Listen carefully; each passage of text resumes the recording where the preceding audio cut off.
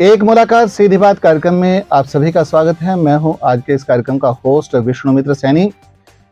दर्शकों, जिस तरह से आपने पिछले कार्यक्रम में हमारे एक व्यापारी नेता को हमने आपसे मुलाकात करवाई थी, इस बार हमने शहर के एक जाने-माने एक राजनीतिक नेता को, जो एक राजनीति से जुड़े हुए बहुत पुराने नेता हैं, उनको आमंत्रित किया है और एक ऐसी पार्टी जिसको आप सभी जानते हैं, उस पार्टी के नेता हैं और वो हमारे बीच में हैं श्री लवलीन टुटेजा लवली जी।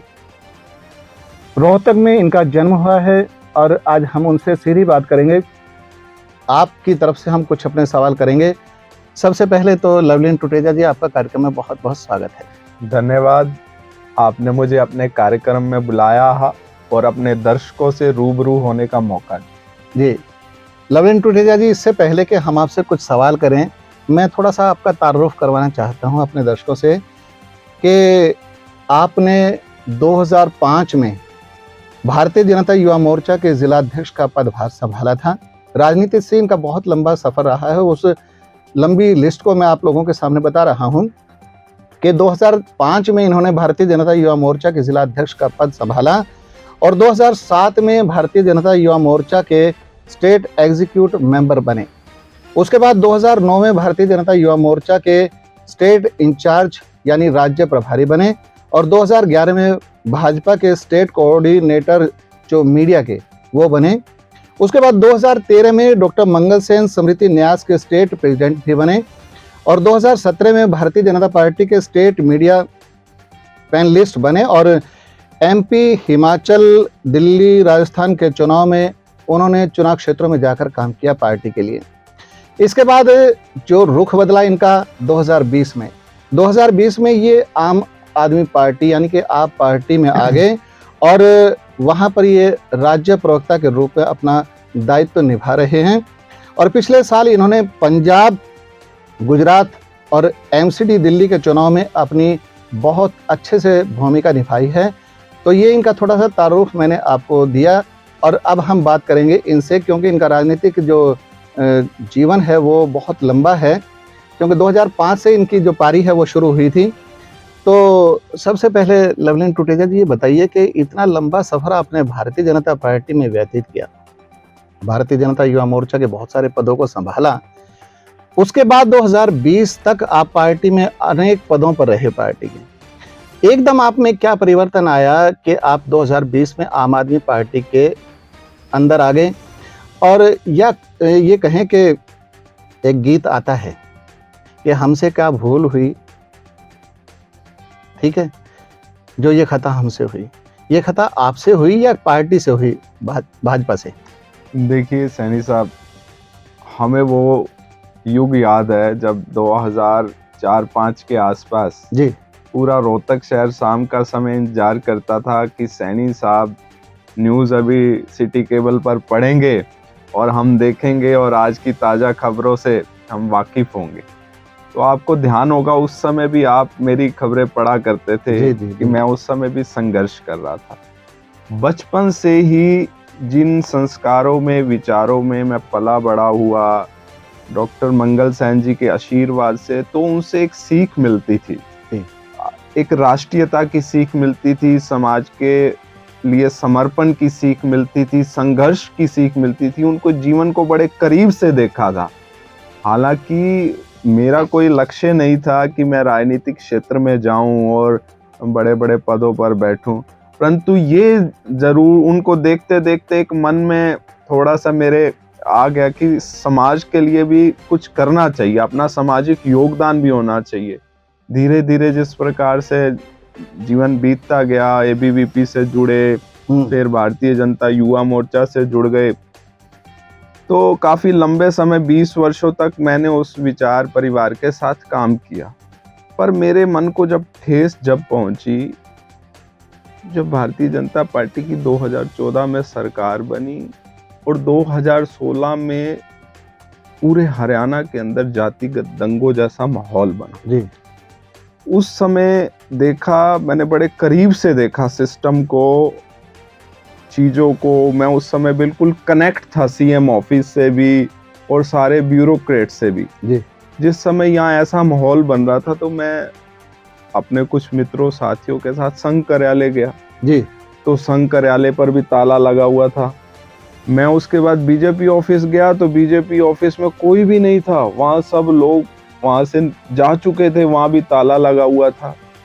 तो मुझे ध्यान आया कि भाई जिस विचार परिवार के लिए, जिस विचार के लिए हम सब लोग काम कर रहे हैं वर्षों वर्षों से, अनेकों लोगों ने बलिदान दे दिए। पंडित दीनदयाल जी ने एकात्म मानववाद की बात की जी कि आदमी के प्रति जिम्मेदारी होनी चाहिए, सब लोग, जाति धर्म कुछ नहीं है, सबको इंसानियत के साथ मिलकर चलना पड़ेगा। तो अटल जी ने जैसा जी राजनीति की, उनको देखकर हम लोग सब प्रेरित थे, एकदम माहौल बदल जाता है। और यहाँ के हजारों युवाओं ने पीएमओ को, आदरणीय नरेंद्र मोदी जी को मेल के द्वारा सूचित किया जी कि रोहतक का माहौल बिगड़ रहा है, आप बचाओ। तो मुझे लगा रहा कहीं ना कहीं ये लोग उस चीज को इग्नोर कर रहे थे, ये नहीं चाहते थे कि रोहतक सही हो, सही दिशा में जाए। एक पार्टी कांग्रेस पार्टी बीजेपी पे डाल रही है, बीजेपी कांग्रेस पे डाल रही है। मैं तो हैरान था, ये लोग खुद इंसानियत के दुश्मन बन बैठे थे, जिनका पहली जिम्मेवारी बनती है कि वो जनता के लिए काम करें, जनता की वेलफेयर के लिए काम करें, और जनता को इस प्रकार आग में झोंक कर वो सब लोग इतने वो थे। तो मेरा मन टूटा। मैंने आदरणीय मुख्यमंत्री रोहतक आए रेस्ट हाउस में, मैंने उनसे भी बात की, मैंने कहा ये क्या माहौल इस तरह का बना। तो वहां से मेरा आपका मन टूटा। बिल्कुल। आपने कहा कि हम वहां गए, वहां पर जाके हमने ये देखा, और जिस तरह से आपका वो सारा सीन आपने क्रिएट किया, बताया आपको। लेकिन 2016 में जो घटना घटी, 2016 में आप पार्टी में नहीं आए, 17 में नहीं आए, 18 में नहीं आए, 19 में नहीं आए, 20 में ही क्यों आए आप? देखिए, मैं उस बहुत देर कर दी हुजूर आते आते। मैं ऐसा आपको उत्तर दे रहा हूँ सर। मैं ये कह रहा हूँ कि राजनीति से उस समय सब लोगों का मोह भंग हो चुका था। आप देखिए 2016 से लेकर 18 तक कुछ प्रदेश के अंदर कोई राजनीतिक एक्टिविटीज ही नहीं रही जी। तो धीरे धीरे जिस तरह से मुझे आदरणीय केजरीवाल जी ने 2020 में संपर्क किया कि हमें आप जैसे नौजवान लोगों की जरूरत है हरियाणा की लड़ाई लड़ने के लिए, और मैं बड़ा प्रभावित था, क्योंकि राजनीति में कोई राजनीतिक क्षेत्र में आता है तो पब्लिक वेलफेयर के लिए आता है, ना कि सत्ता के सिंहासन में बैठने के लिए। लेकिन इस पे मैं एक बात कहना चाहूँ, हाँ, कि कांटों से गुजर जाता हूँ दामन को बचाकर, कांटों से गुजर जाता हूँ दामन को बचाकर, फूलों की सियासत से मैं बेगाना नहीं। तो बेगाने तो नहीं थे आप इस चीज? नहीं, मैं कब का मैं बेगाना हूँ, मैं तो सारे सिस्टम को बड़ी नजदीकी से वॉच कर रहा हूँ। आपने वहां पर जाकर के ये महसूस अब कैसा फील कर रहे हो? मैं बहुत अच्छा फील कर रहा हूँ, जिस तरह हम अपने उत्तरदायित्व को निभा रहे हैं। आम आदमी पार्टी कोई राजनीतिक प्लेटफॉर्म नहीं है। दिल्ली के अंदर जिस तरह शिक्षा और स्वास्थ्य पर काम हुआ है, क्या किसी राजनीतिक दल ने 70 वर्षों में देश के अंदर इस प्रकार का काम किया? मैं बड़ी ईमानदारी से कह सकता हूँ। आज देखिए देश के प्रधानमंत्री जी को क्लासरूम में जाकर बैठना पड़ रहा है। वो किस लिए? आज हिमाचल के मुख्यमंत्री व्यवस्था परिवर्तन, गारंटी जैसे शब्दों का प्रयोग कर रहे हैं। आज केजरीवाल जी ने एक देश की राजनीति में युग परिवर्तक जैसी रोल निभाया है। उन्होंने देश की राजनीति में एक परिवर्तन ला दिया। लेकिन ये परिवर्तन आप अपनी पार्टी में, वहां भारतीय जनता पार्टी में रहकर भी तो आप आवाज उठा सकते थे। देखिए, हमने बड़ी बार समझाया, बड़े ताले अगर दफ्तर पे लगे हुए थे, जबानों पे ताले नहीं लगे हुए थे। देखिए, वहां कोई सुनने वाला नहीं। आप देखिए 350 करोड़ की लूट होती है। अरविंद शर्मा जो यहाँ रोहतक के सांसद हैं, उन्होंने मुख्यमंत्री के मंच से आवाज उठाई। मैं तो एक साधारण सा कार्यकर्ता, वो तो जिम्मेवार सांसद, और हुड्डा परिवार को हराने वाले आज तक के इतिहास में वो पहले सांसद हैं रोहतक से। जब मुख्यमंत्री ने उनकी बात नहीं सुनी तो हम जैसे कार्यकर्ताओं का क्या स्थान था? तो वहां किसी की कोई सुनवाई नहीं। अनेकों कार्यकर्ता केवल विचार, जाति, धर्म के नाम पर वर्षों से शोषित हो रहे हैं भारतीय जनता पार्टी, परंतु उनकी कोई सुनने वाला नहीं है। इसीलिए मुझे लगता है अब देश और प्रदेश को जानना होगा, समझना होगा। देखिए, मैं एक बात कहना चाहता हूं कि बस्ती में तुम सियासत करते हो, बस्ती में तुम सियासत करते हो, बस्ती की आवाज़ तो उठाओ यारो। आप लोगों ने पार्टी की बात करी है, आम लोगों के बीच में आपने जाकर के कभी इस तरह की कोई अपनी बात को, आवाज़ को उठाया है? यही तो समस्या है सैनी साहब। आप मेरे 20 वर्ष का राजनीतिक सफर देखिए, आप भी उस समय खबरें पढ़ते थे। अगर रोड पर किसी ने संघर्ष किया रोहतक के अंदर, आपके भी बाल काफी सारे उड़ गए, मेरे भी बाल सफेद होने शुरू हो गए। मैं तो आज तक रोड पे संघर्ष कर रहा हूँ, जनता की बात करता हूँ। मेरे फेसबुक, ट्विटर, सारे अकाउंट, ये मीडिया साक्षी है रोहतक का कि मैं कभी संघर्ष से पीछे नहीं हटा। वर्तमान सरकार ने मेरे ऊपर झूठे मुकदमे बनवाए, पर मैं कभी पब्लिक वेलफेयर की बात ना करूं, ऐसा हो नहीं सकता। लवलीन टुटेजा कट जाएगा, मर जाएगा, परंतु इन लोगों से दबेगा नहीं। चलिए, हम ये बात, आपकी बात को तवज्जो देते हुए यही कहेंगे कि बस इतनी सी आरजू है मेरी, बस इतनी आरजू है मेरी, सियासत में तुम्हारा हिस्सा हो भरपूर। हम तो चाहते हैं कि आपकी सियासत जो आप चला रहे हो उसमें आपका हिस्सा, और आप अपनी आवाज़ को लेकर के जो आम जनता की आवाज़ की बात कर रहे हो उस बात को करें। लेकिन मैं थोड़ा सा सरकार के आज के जो सरकार काम कर रही है तो बिल्कुल ही गलत काम कर रही है। देखिए, इन्होंने चुनाव से पहले, चाहे वो 2014 में हो चाहे 19 में, अपने चुनावी मैनिफेस्टो जनता के सामने रखे जी। मैं कहता हूं आज उन चुनावी मैनिफेस्टोज को उठाकर देख लिया जाए तो उनमें कितना काम हुआ है।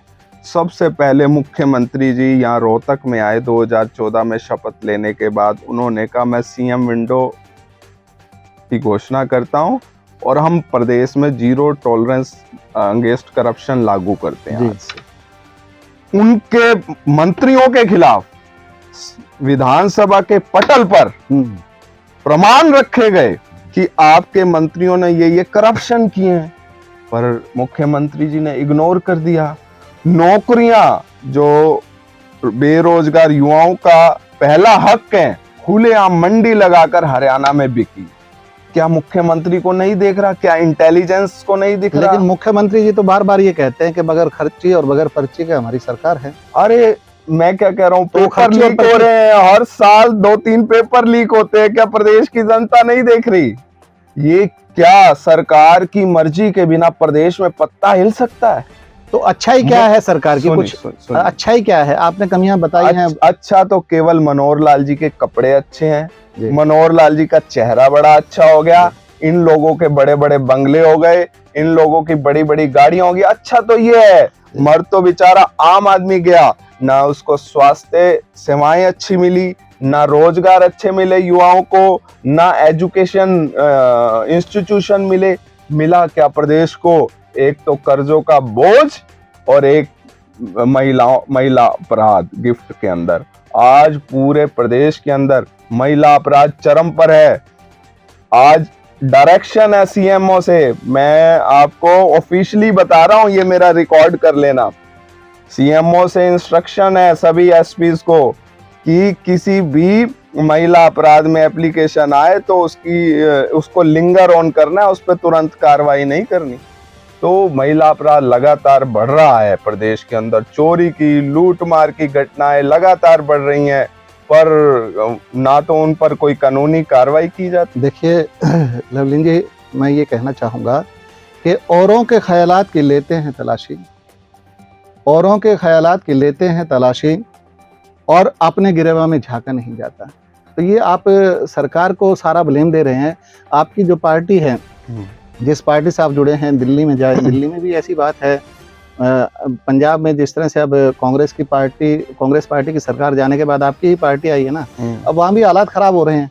तो ये कानून व्यवस्था की बात तो जो आप कर रहे हो, तो ये तो कहीं ना कहीं आप भी इस बात से सहमत होंगे कि आपकी सरकार में भी ऐसी बातें हो रही है। देखिए, चाहे आप कानून व्यवस्था की बात करिए, चाहे भ्रष्टाचार की बात करिए, दिल्ली का उदाहरण भी ले लेते हैं और पंजाब का उदाहरण भी ले लेते हैं। आप देखिए, दिल्ली के अंदर जब हमारे किसी मंत्री पर या हमारे विधायक पर कोई आरोप लगा तो तुरंत स्वयं मुख्यमंत्री अरविंद केजरीवाल जी ने उनके खिलाफ कार्रवाई करते हुए बर्खास्त किया। वहीं पंजाब में भी अभी हमारे मंत्री ने 10 लाख की रिश्वत ली नहीं थी, परंतु आईबी की रिपोर्ट से हमारे पंजाब के मुख्यमंत्री भगवंत मान जी को पता चल गया था। तुरंत वहां के स्वास्थ्य मंत्री सिंगला साहब को बर्खास्त करके उनको जेल भेज दिया, उन पर कार्रवाई की। आप देखिए देश की राजनीति में पहले ऐसे उदाहरण हैं। और वहीं हरियाणा का उदाहरण लें, मैंने अभी आपको पहले भी बताया कि विधानसभा के पटल पर प्रमाण रखे गए। स्वयं इनका सांसद जाट कॉलेज की रैली के अंदर कह रहा 350 करोड़ पे खा गए, कोई काम नहीं हुआ मुख्यमंत्री जी, मुख्यमंत्री इग्नोर कर रहे हैं। वही बात रही कानून व्यवस्था की। देखिए आम आदमी पार्टी के लोगों को ज्यादा राजनीति नहीं आती जी। हम तो साधारण परिवारों से निकले लोग हैं, हम तो समाज बदलने आए हैं, हम भगत सिंह अम्बेडकर को मानने वाले लोग हैं। राजनीति नहीं आती हमें तो। हमारी पार्टी तो आंदोलन से निकली पार्टी है। हमें कई चीजों का सामना करना पड़ रहा है। जो प्रोपेगेंडा जिस तरह का बनाया जा रहा है पंजाब के खिलाफ, मीडिया के लोगों में एक प्रोपेगेंडा खड़ा किया जा रहा है। आप कहूंगा 1 हफ्ते का समय निकालिए और मेरे साथ पंजाब टूर पे चलिए, मैं आपको वहां के हालात दिखाऊंगा। देखिए आपकी पार्टी जो सत्ता में आई वो लोगों को फ्री की चीजें देने के नाम पे ज्यादा आई है, जबकि फ्री की जो चीजें हैं वो कहीं ना कहीं आने वाले समय के लिए मैं अगर कैमरे में रिकॉर्ड करके कह रहा हूँ ये बात के लिए कि आम आदमी के लिए घातक होगा ये। क्योंकि जिस आदमी को, हमारे हिंदुस्तान का आदमी, कोई भी आदमी है बहुत मेहनती है, अगर उसको फ्री में वो चीजें मिलनी शुरू हो गई तो काम कैसे करेगा, और काम नहीं करेगा तो देश कैसे चलेगा। इस चीज के लिए कहीं ना कहीं आपकी पार्टी को नहीं सोचना चाहिए। देखिए सैनी साहब, आपने बड़ा वैलिड पॉइंट उठाया। ये पॉइंट मोदी जी भी उठाते हैं कि फ्री की रेवड़ियां। हाँ। आप किस चीज को फ्री कह रहे हैं? देखिए आप कह रहे हैं कि लोगों की मूलभूत आवश्यकताएं, जो हमारा कॉन्स्टिट्यूशन कहता है कि एक देश के नागरिक की पहली आवश्यकता बिजली, पानी, स्वास्थ्य सेवाएं और एजुकेशन। आप बड़ी बड़ी कंट्रीज का उदाहरण देते हैं, बड़े बड़े देशों का उदाहरण देते हैं कि अरे कनाडा चले जाइए, वहां के बच्चों को तो देश संभालता है, वहां के रोगियों को तो उनका देश संभालता है। जब केजरीवाल जी ने ऐसा उदाहरण देश के अंदर पैदा करके दिखा दिया तो मुख्यमंत्री, प्रदेश के प्रधानमंत्री फ्री की रेवड़ियां कह रहे हैं और आप फ्री कल्चर की बात सुन लीजिए। अब मैं आपको आपका जवाब दे देता हूं। आप सुबह उठते हैं, चाय पीते हैं, अगर चाय पत्ती लेकर आते हैं बाजार से, उस पे भी लिखा होता है इंक्लूसिव ऑल टैक्सेस, तो उसमें भी आप टैक्स भर के आते हैं। रात को सोते होगे, 1 कप दूध पी के सोते होगे तो वो भी खरीद के लाते हो तो टैक्स भर के। सुबह से लेकर रात तक हर आम आदमी टैक्स भरता है। उस टैक्स का रिवॉर्ड उस आम आदमी को कैसे मिला, उसका जीवन सरल बनाने के लिए सरकारों ने क्या किया, मैं आपकी ये सरल बनाया। मैं आपकी बात से सहमत हो गया, लेकिन मेरी बात से भी आप सहमत होंगे कि हमारे यहाँ जितनी भी पार्टियां हैं वो आपको, आम आदमी को, जिसको भी हैं, वो अपनी जो राजनीति करती हैं वो फ्री की चीजें दे करके अपनी तरफ कर रही हैं। उनके जो अधिकार हैं वो उनको बताया जा रहा है कि आपका ये अधिकार है, आपका ये अधिकार है, आपकी मूलभूत सुविधाएं, आपकी मूलभूत सुविधाएं, लेकिन किसी को कर्तव्य की बात नहीं समझाई जाती। कर्तव्य हमारा क्या है, देश के प्रति हमारी जो जीडीपी है, जिस तरह से हमारी तेजी से अब चलो सरकार अपने आप को बता रही है, लेकिन कहीं ना कहीं हम लोगों की ड्यूटी भी तो आप पार्टी की तरफ से बनती है, आपके नेताओं की तरफ से बनती है कि हम हर आदमी को जो फ्री को, जिसके पास आज मेरे पास सब कुछ है, मैं सोचता हूँ मुझे फिर भी फ्री मिल जाए। हर आदमी की मेंटलिटी धीरे धीरे बदल रही है और उस वजह से आपकी सरकार जो है कामयाब हो रही है। आप देखिए सैनी साहब, दिल्ली के अंदर 300 करोड़ के एक ब्रिज का निर्माण होना था, जिसका बजट सैंक्शन हो चुका था, 300 करोड़ होना था। शीला दीक्षित जी की लास्ट गवर्नमेंट के समय जाते समय वो सैंक्शन हुआ था, और जब शीला दीक्षित जी की गवर्नमेंट चली गई, केजरीवाल साहब को उस पुल का निर्माण करना था, तो वही पुल 150 करोड़ में बना। बिल्कुल, क्योंकि वो ईमानदारी से उस पर काम हुआ। आज देश की राजनीति का दुर्भाग्य ये है कि पहले अफसरशाही, फिर नेता लोग कहते हैं इस बजट में 50 करोड़ पे मेरे जोड़ लियो, 20 करोड़ पे मेरे जोड़ लियो।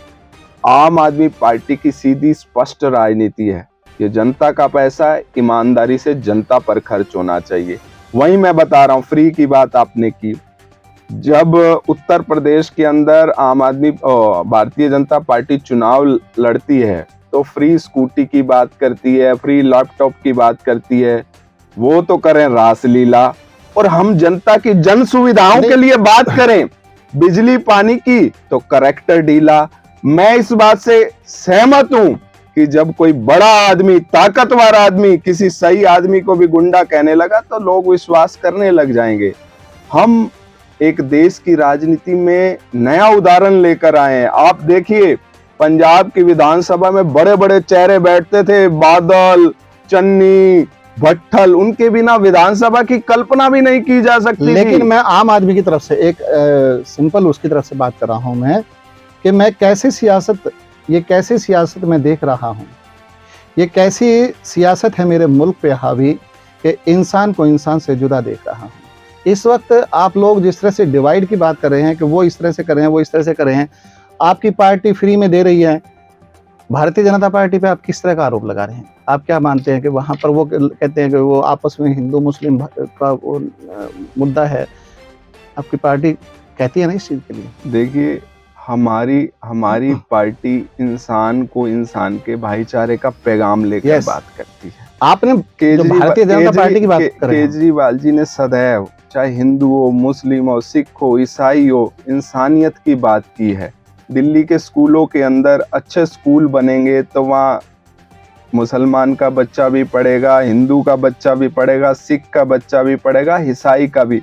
अगर अच्छे अस्पताल बनेंगे वो सबके लिए, सब जाति धर्म के लिए बनेंगे। परंतु यहाँ आप देखिए, हरियाणा के मुख्यमंत्री क्या कहते हैं, सटे साट्यम समाचरे, इंसान को इंसान से मरवाने की बात करते हैं। वहीं हमारे अरविंद केजरीवाल जी इंसान को इंसान से जोड़ने की बात करते हैं। सैनी साहब, सर देखिए, मैं एक बात कहता हूँ कि आप अपनी पार्टी की बात कर रहे हैं, मैं तो अपनी बात कर रहा हूँ, अपनी बात कर रहे हैं, ठीक है जी। लेकिन मैं अगर कॉमन बात करता हूँ तो मेरा विचार ये है कि सरकार को गरीबों का ख्याल कब आता है? सरकार को गरीबों का ख्याल कब आता है?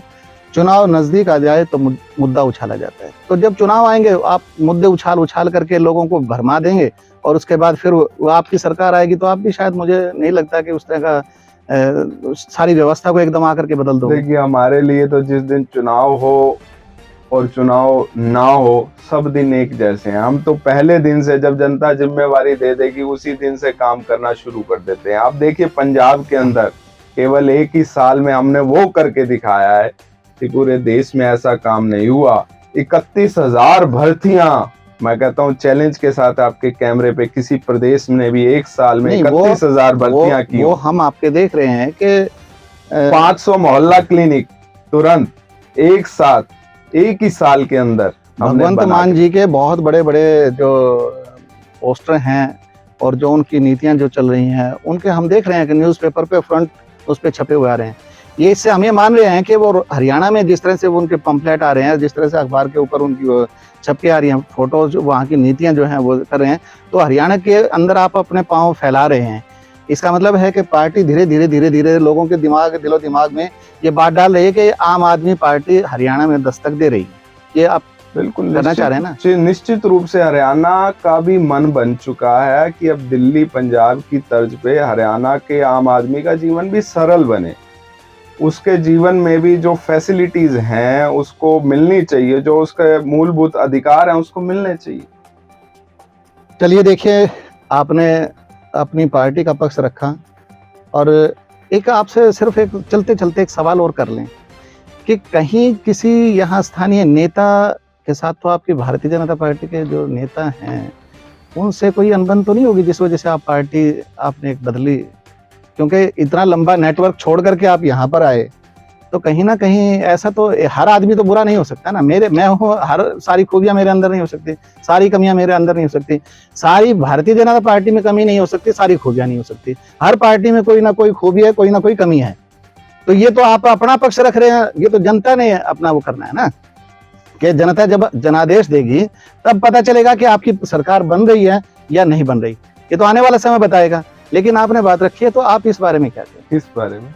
कि भाई ये कोई जो आप जब 2020 में आप इस पार्टी में आए, आम आदमी पार्टी में, अब तो बहुत सारी आप अच्छा ही बता रहे हैं इस पार्टी की, लेकिन जो 15 साल का जो करियर छोड़ करके आप आए, इतना लंबा सफर जो अपनी जिंदगी का, और एकदम आपने ट्रैक चेंज किया, एक आरक्षण का जो मुद्दा था उसको लेकर के, ऐसा और जो दूसरे नेता थे उन्होंने किसी ने आम आदमी पार्टी को नहीं उस टाइम। देखिए सैनी साहब, पार्टी कोई भी बुरी नहीं होती जी, पार्टी कोई आदमी नहीं है, इंडिविजुअल आदमी नहीं है, पार्टी को आदमी ही चलाते हैं जी।